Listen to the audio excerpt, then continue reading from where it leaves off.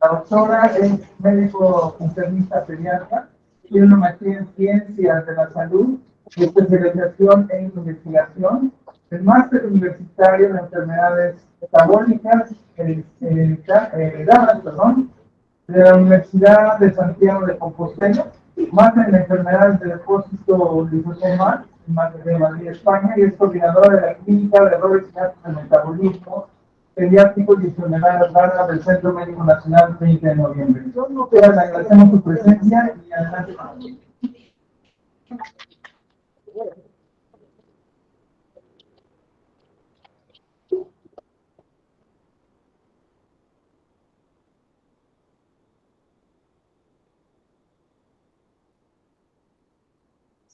Muchas gracias, doctor. Y antes de iniciar, bueno, quiero agradecer a la doctora Nené su invitación a este importante evento y a toda la mesa directiva de la Sociedad de Pediatría del ISSSTE.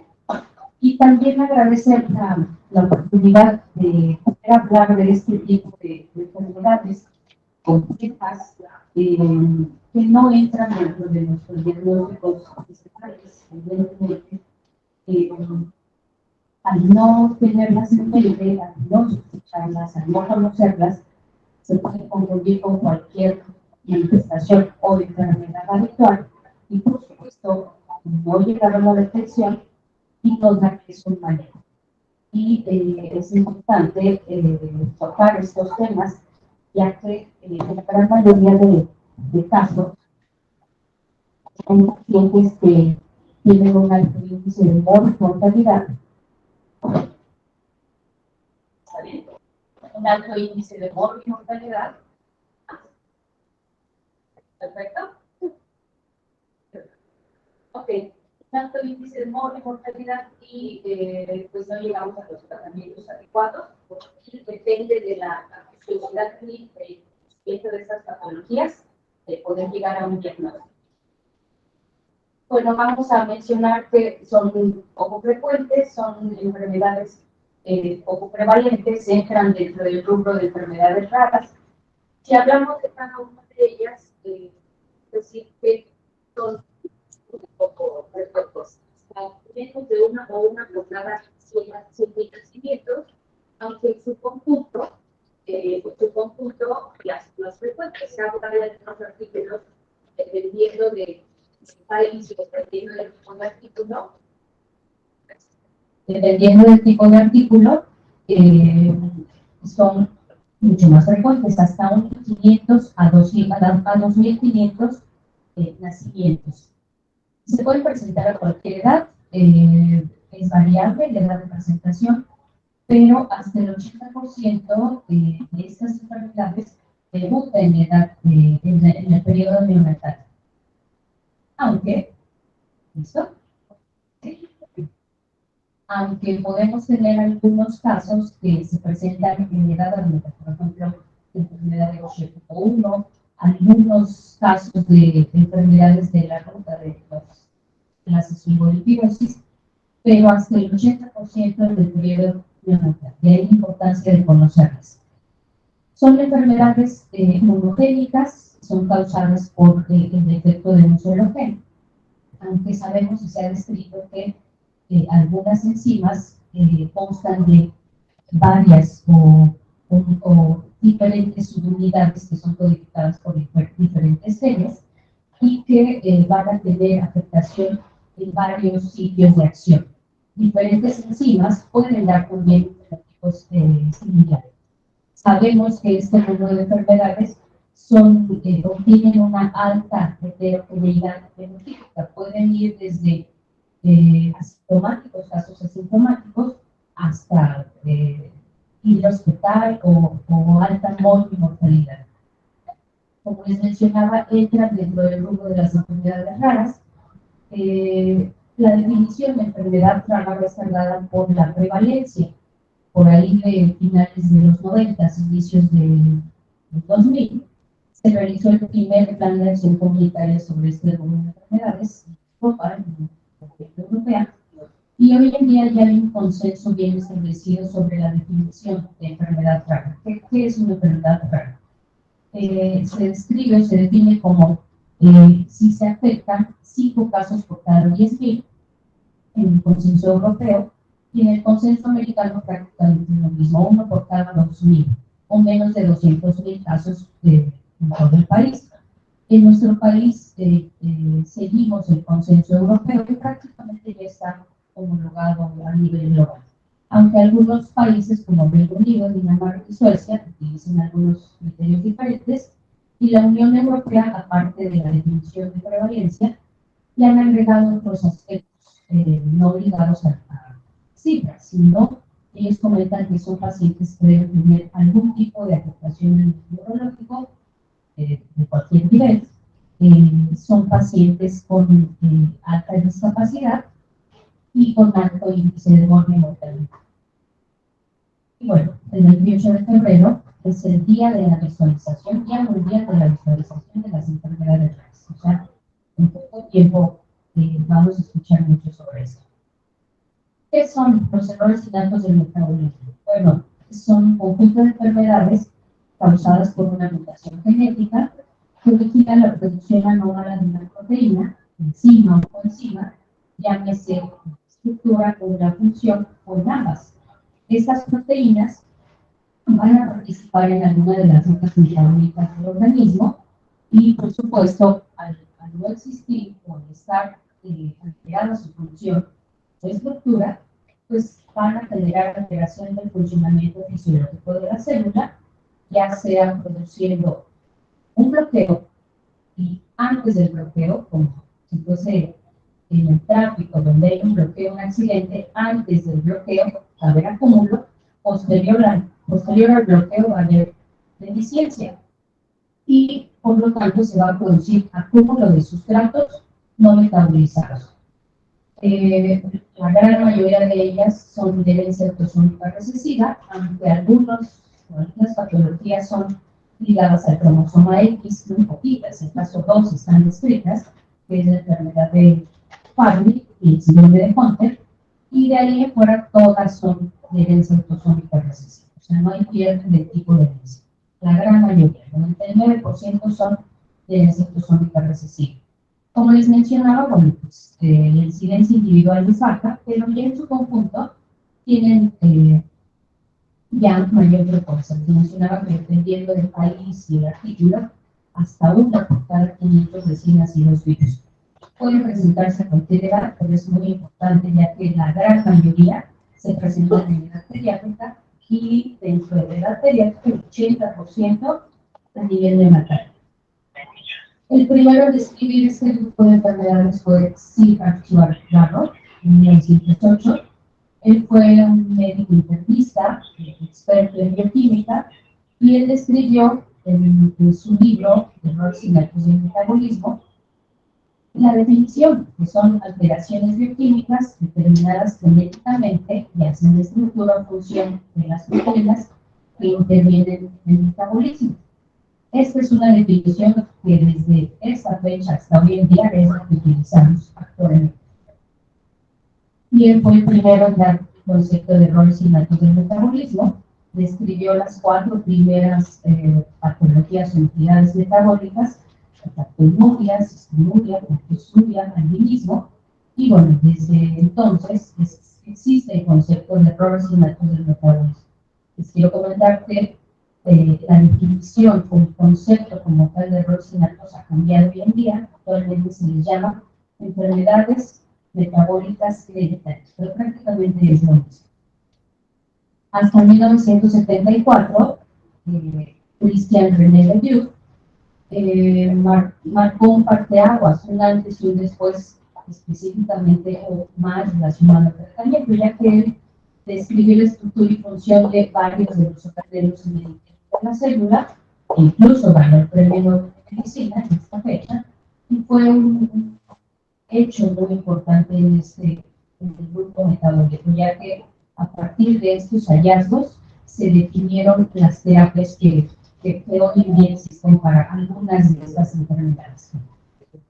Y bueno, les mencionaba la secuencia muy sistemática de alteraciones en un error del metabolismo, una metabólica hereditaria, son de origen genético, la gran mayoría son recesivas, van a generar alteraciones en la estructura o función de una proteína que participa en alguna de estas rutas metabólicas. También es un mapa complejísimo.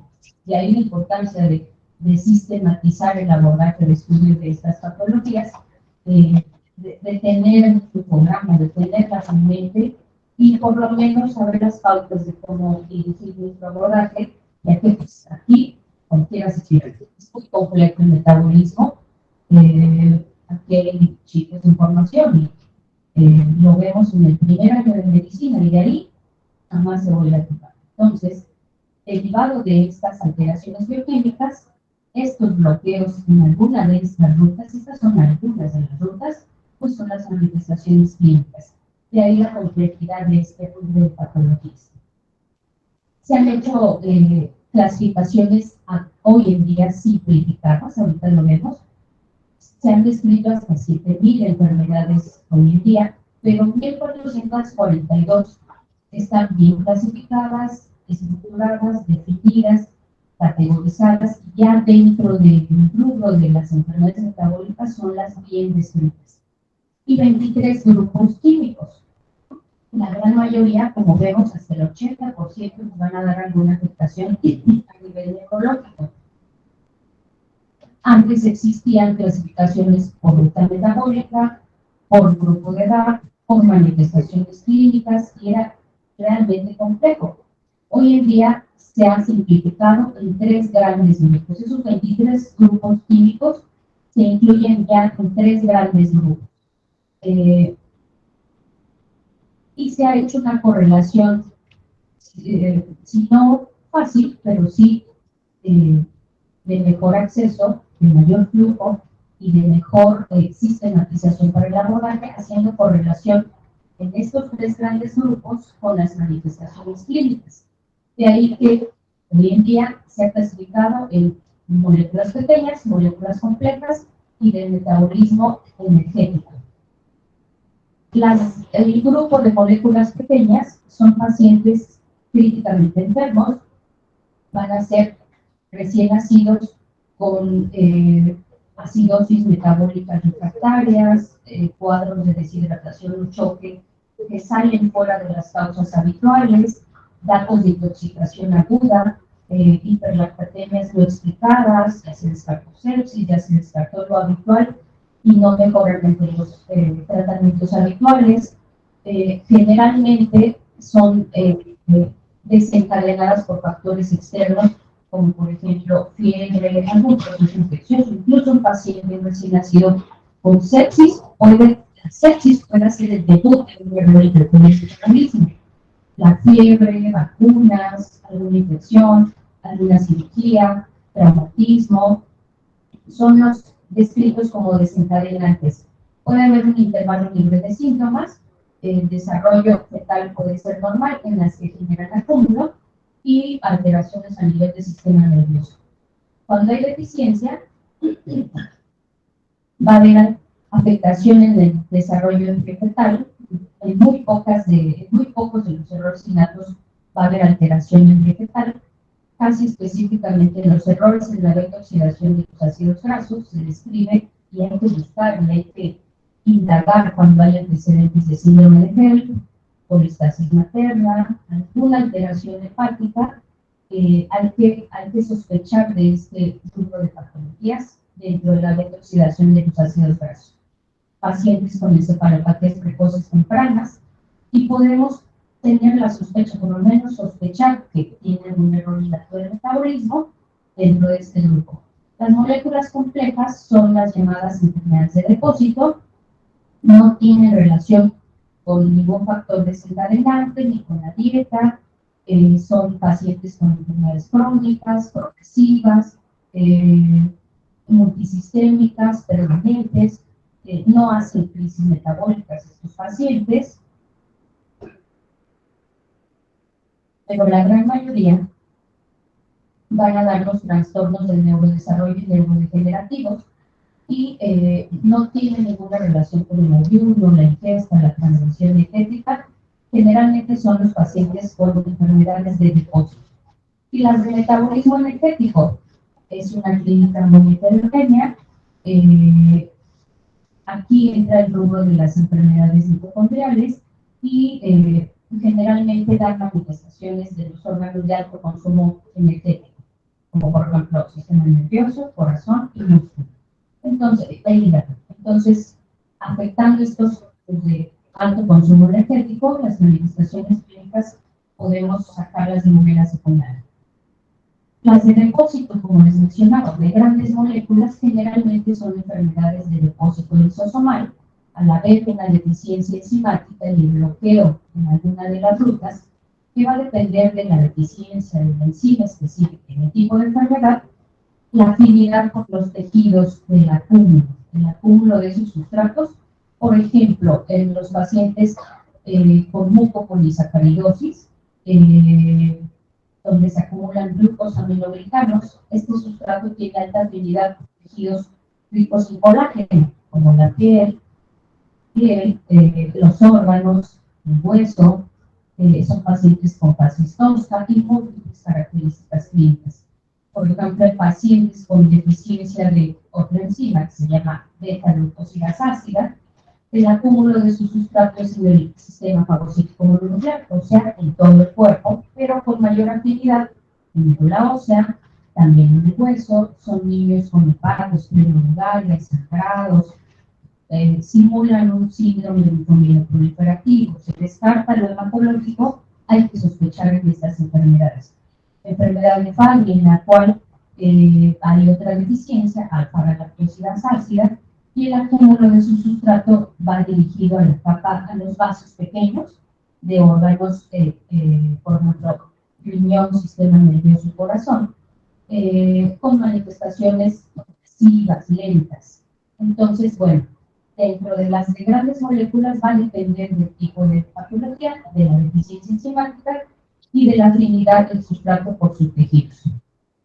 Y de los errores innatos del metabolismo, pequeñas moléculas. En intermedio, ya lo mencionábamos, el bloqueo en alguna de las rutas metabólicas al haber una proteína anómala, ya sea en su estructura o función, altera la función a nivel celular y pues a este grupo o tipo de manifestaciones se les llama intoxicación celular.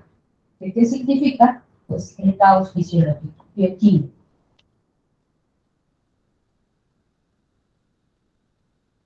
Un panorama muy general sobre las enfermedades raras en América Latina. Hay pocos registros a nivel mundial de cada una de las patologías o del grupo de patologías o del grupo bioquímico al que pertenecen. Pero les quise mostrar un panorama de qué está pasando con las enfermedades raras en general en nuestro continente. Evidentemente, en Brasil, por la enorme cantidad de habitantes y su situación geográfica, pues es el más afectado, hasta 15 millones. Pero aquí vemos a nuestro país en segundo lugar, casi 6 millones, esto hasta el 2020 es actualizado, pero casi 6 millones padecen algún tipo de enfermedad rara, dentro de las cuales entran los errores innatos del metabolismo. Y algunos registros, muy pocos grupos bioquímicos, pocas patologías están definidas y tienen registros de prevalencias. Tenemos aquí el de beta-oxidación de ácidos grasos de cadena larga, donde hoy en día sabemos que en Europa pues, es el continente más afectado, y bueno, pues no entra nuestro continente en estas prevalencias. Pero hay dos estudios que les quise mostrar, perdón, en Brasil, donde hicieron la prevalencia, estimaron la prevalencia de los errores de la beta-oxidación de cadena larga. Y bueno, como ven, pues son muy poco frecuentes, poco prevalentes, pero dentro de ellos los de cadena larga, como el resto de las prevalencias que les mostré en Europa y Estados Unidos, son las más frecuentes. ¿Qué vamos a buscar en estos pacientes? ¿Qué vamos a hacer? ¿Cómo hacer el abordaje? Bueno, pues evidentemente, como dentro de todo el tipo de patologías y dentro de la medicina, pues hay que hacer un interrogatorio, una historia clínica exhaustiva, dirigida, completa, una buena exploración física, pero hay ciertos datos que hay que investigar, que hay que identificar para tener la sospecha de este grupo de patologías. Aquí, como vemos, en la historia familiar, pues evidentemente hay que preguntar si hay consanguinidad hasta en 3 generaciones, al menos en 3 generaciones previas. Si hay consanguinidad, si hay familiares con síntomas similares, cuál es el síntoma o signo predominante, el tiempo de evolución. Les mencionaba, los de pequeñas moléculas son agudos, críticos, son de terapias intensivas, pero también los de grandes moléculas son progresivos, son multisistémicos, etcétera, ya lo vimos. Dentro de la historia perinatal, los movimientos fetales importantes, síndrome de Hell, la presencia de hidroxi fetal, vamos a ver un cuadrito al respecto, es muy importante este dato. Y dentro de los antecedentes patológicos, si ya ha habido hospitalizaciones previas secundarias a descompensaciones metabólicas. Muchas veces son pacientes que van a los servicios de urgencias, o bueno, en la etapa neonatal, que tienen estos cuadros tan complejos de hipoglicemias, deshidratación, letargo, una descompensación metabólica que no se explica ante los datos y la evolución y todo el entorno del paciente, no mejora a los tratamientos habituales, presencia de vómitos, retraso del neurodesarrollo, pacientes mayores falla del medro, si la ingesta de proteínas genera algún tipo de manifestación digestiva, diarreas, dolor abdominal, descompensación, vómitos, transgresión dietética, alimentación complementaria, como es cuando lo inician, si las infecciones generan o pueden ser el factor desencadenante de un cuadro severamente que no es habitual, que nos explique, estrés por cirugías, eventos anestésicos. Estos son los datos importantes pivote dirigidos para este rubro de patologías. Y como les mencionaba, por supuesto, si hay consanguinidad, antecedentes de muertes tempranas, interrogatorio familiar al menos en 3 generaciones previas. ¿Cuándo se debe sospechar una enfermedad metabólica? Ya lo hemos mencionado.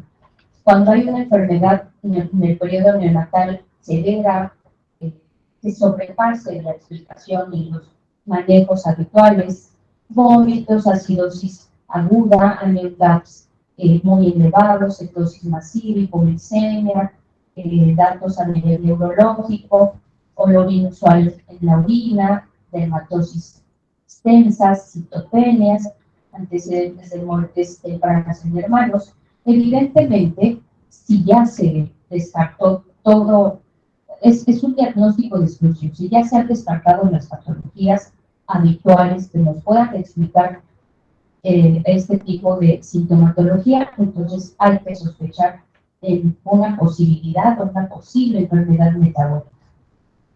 Les mencionaba que hasta el 80% debutan en la etapa neonatal, que hay que ver, que hay que preguntar en esta etapa si hay antecedentes de aborto, de hidros fetalis, que es muy, muy importante. Aquí vemos todo un cuadro de causas de origen metabólico ante el antecedente de hidros fetalis no inmune. Ahí hay que hacer hincapié.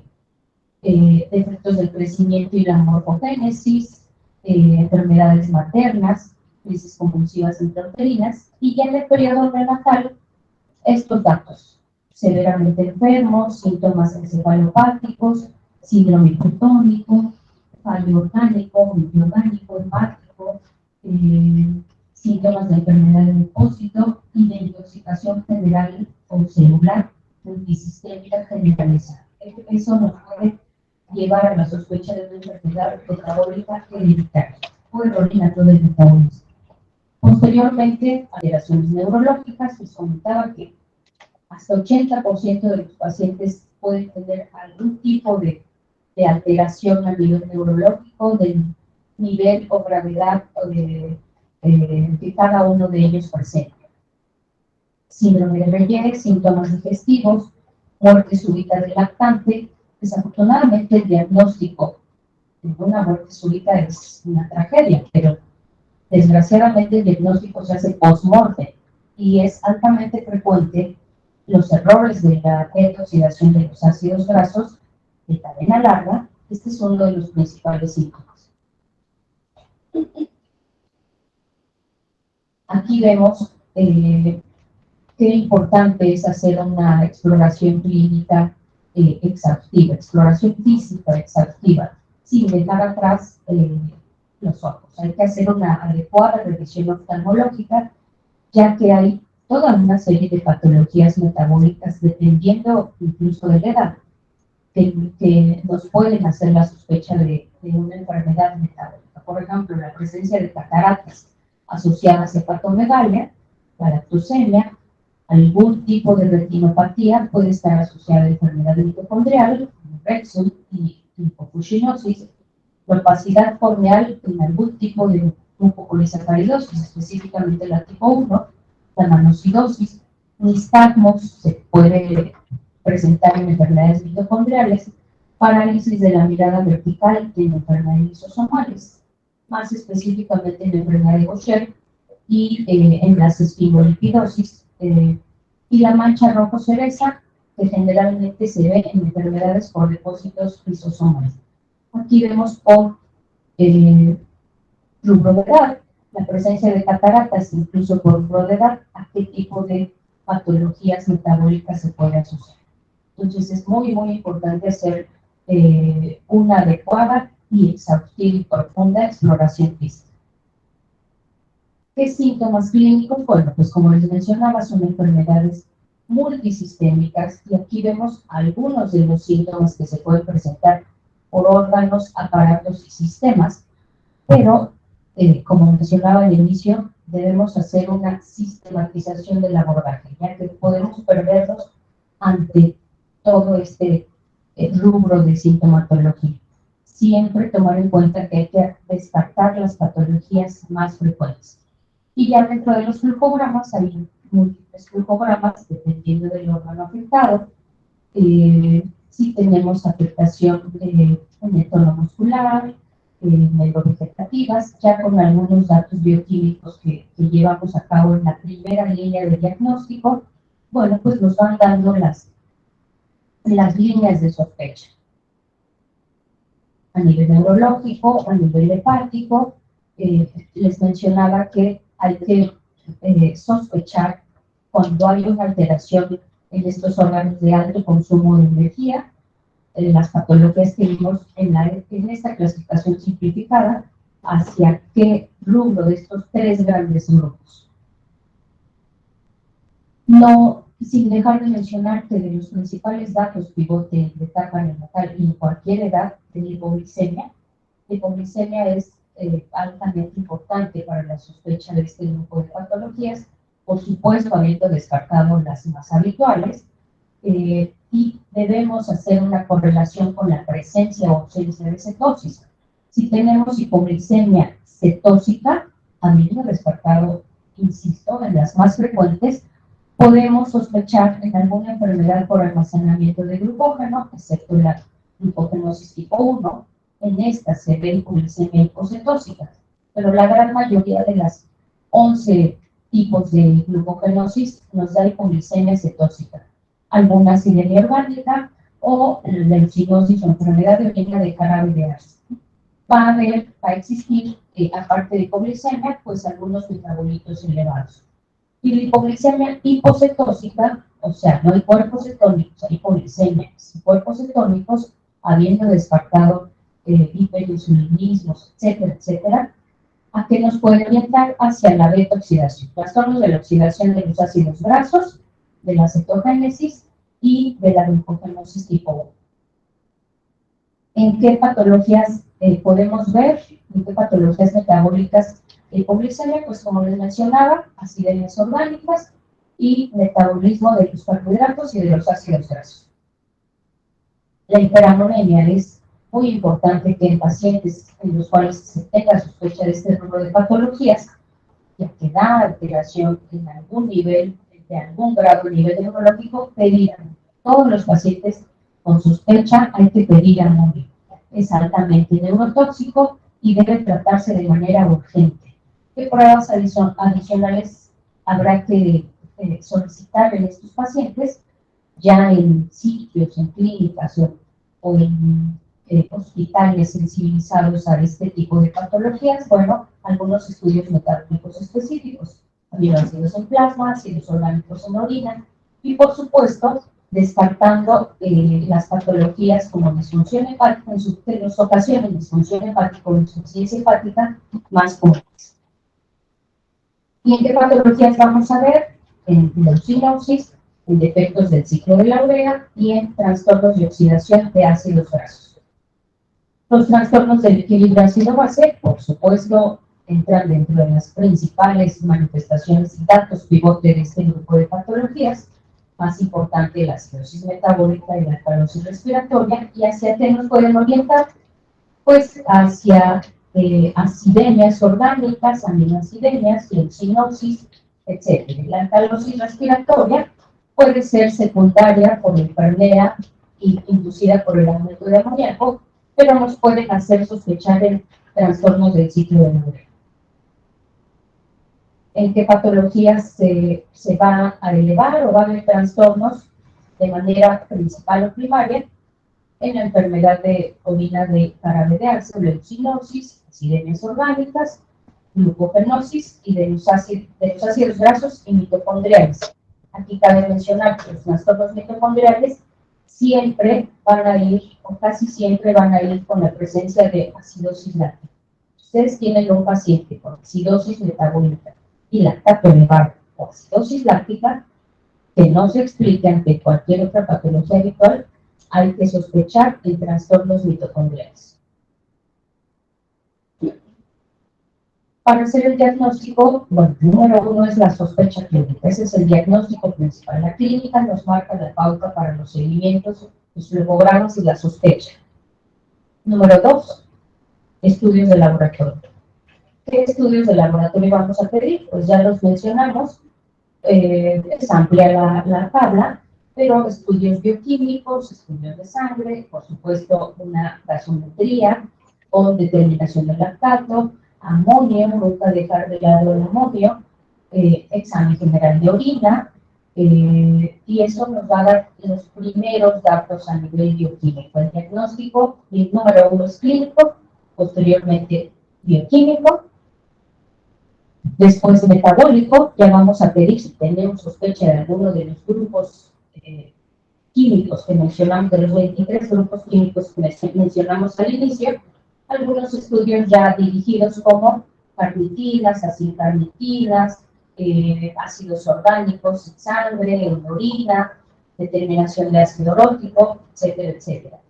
Estudios de extensión, por supuesto, son pacientes que debemos revisar cómo está el corazón, cómo está el hígado, cómo está a nivel cardiológico, oftalmológico.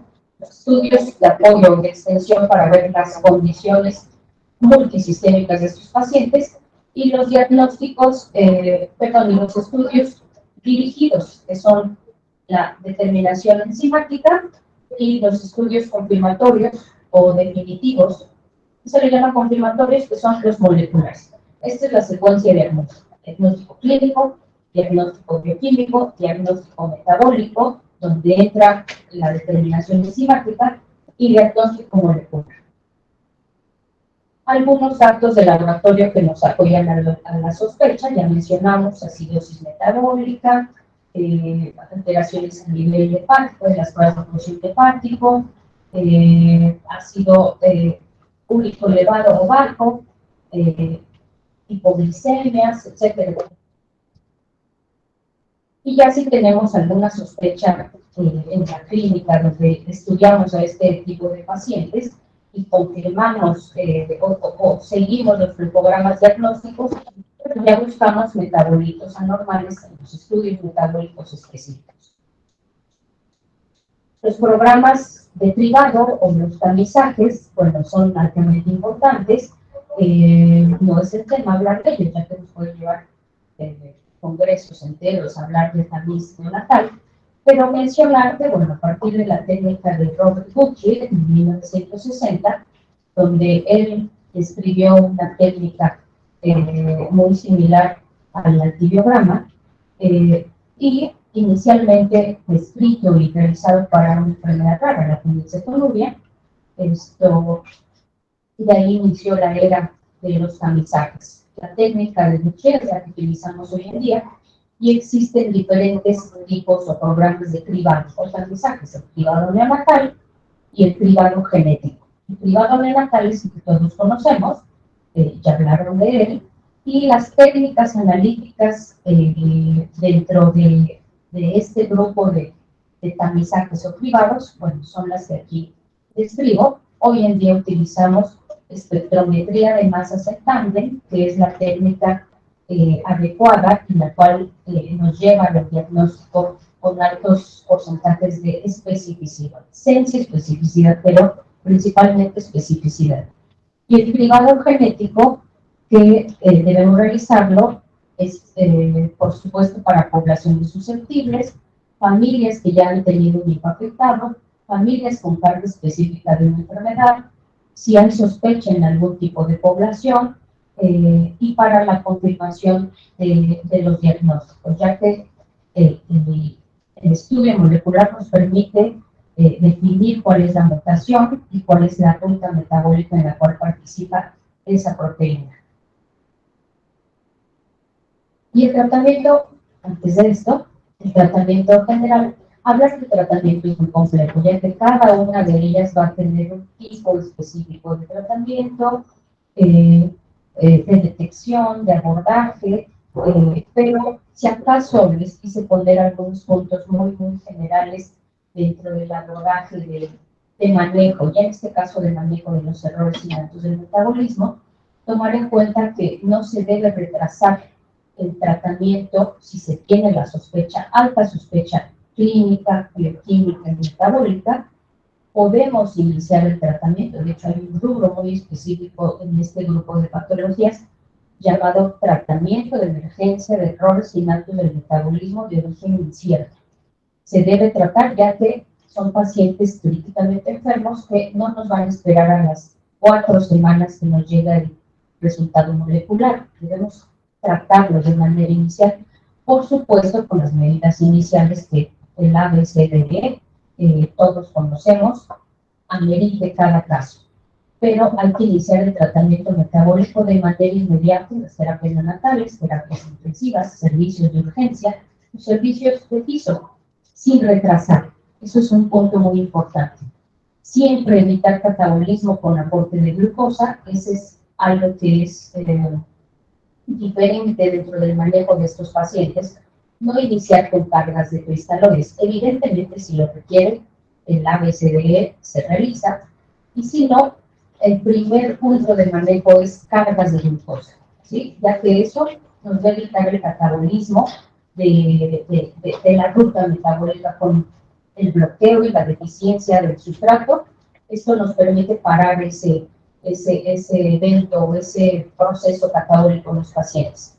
La bulimia, por supuesto, la corrección del estado ácido-base si lo amerita, y buscar si hay algún agente desencadenante, evitarlo o tratarlo, restablecer la función enzimática. Aquí ya en este punto del manejo de estos pacientes ya podemos utilizar algún tipo de cofactor, eliminar algún aminoácido de la dieta no tolerado, adición de algunas vitaminas, dioxina, tiaminas, si son sensibles dentro de nuestras sospechas, si son sensibles a vitaminas, etc. Aquí el objetivo ya es restablecer la función enzimática y finalmente las medidas de desintoxicación. Puede ser en casos muy complejos y graves hasta el uso de hemodiálisis, bebidas antiamonio, y hasta este punto nosotros utilizamos carnitina, uleocarnitina, que es un detoxificante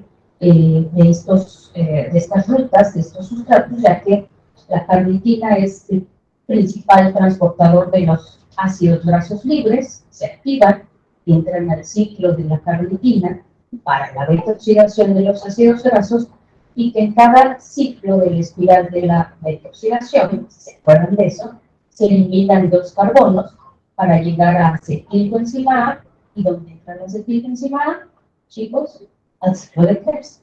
Y en el ciclo de Krebs es la producción de energía. Como recordarán en las clases de bioquímica, es el principal detoxificador metabólico que tampoco se utiliza en todas las patologías, ya que puede llegar a ser tóxico. Y bueno, pues finalmente, ¿qué nos llevamos a casa? ¿Cuáles son las conclusiones generales? Pues que los errores innatos del metabolismo pueden presentarse desde la infancia hasta la edad adulta. La gran mayoría, si no es que casi todos, se presentan en la edad pediátrica, y de la edad pediátrica 8 o 9 en la etapa neonatal. Entonces, tener la curiosidad, conocerlas, tener la sospecha en mente para poder hacer los diagnósticos. El tratamiento evidentemente es multidisciplinario, se afecta prácticamente o casi todos los órganos, o se pueden afectar casi todos los órganos, aparatos y sistemas. Se debe individualizar cada caso, vigilar la evolución, las comorbilidades, los factores desencadenantes que llegaron a ese o debut o descompensación metabólica, llegar a un control metabólico y sistémico integral. Son pacientes altamente complejos. Y los programas de cribado, bueno, pues evidentemente son de vital importancia, pero yo aquí cambiaría. La sospecha clínica es antes de los programas de cribado. Siempre la sospecha clínica en un paciente agudo es lo principal. Y en un paciente no agudo, sí, los programas de cribado, los tamizajes, el tamiz neonatal. Por supuesto, pues como les mencionaba al inicio, nos va a permitir una detección precoz y un tratamiento integral oportuno.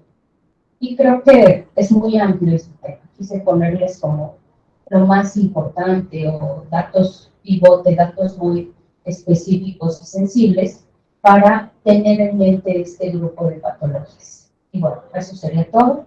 Muchas gracias.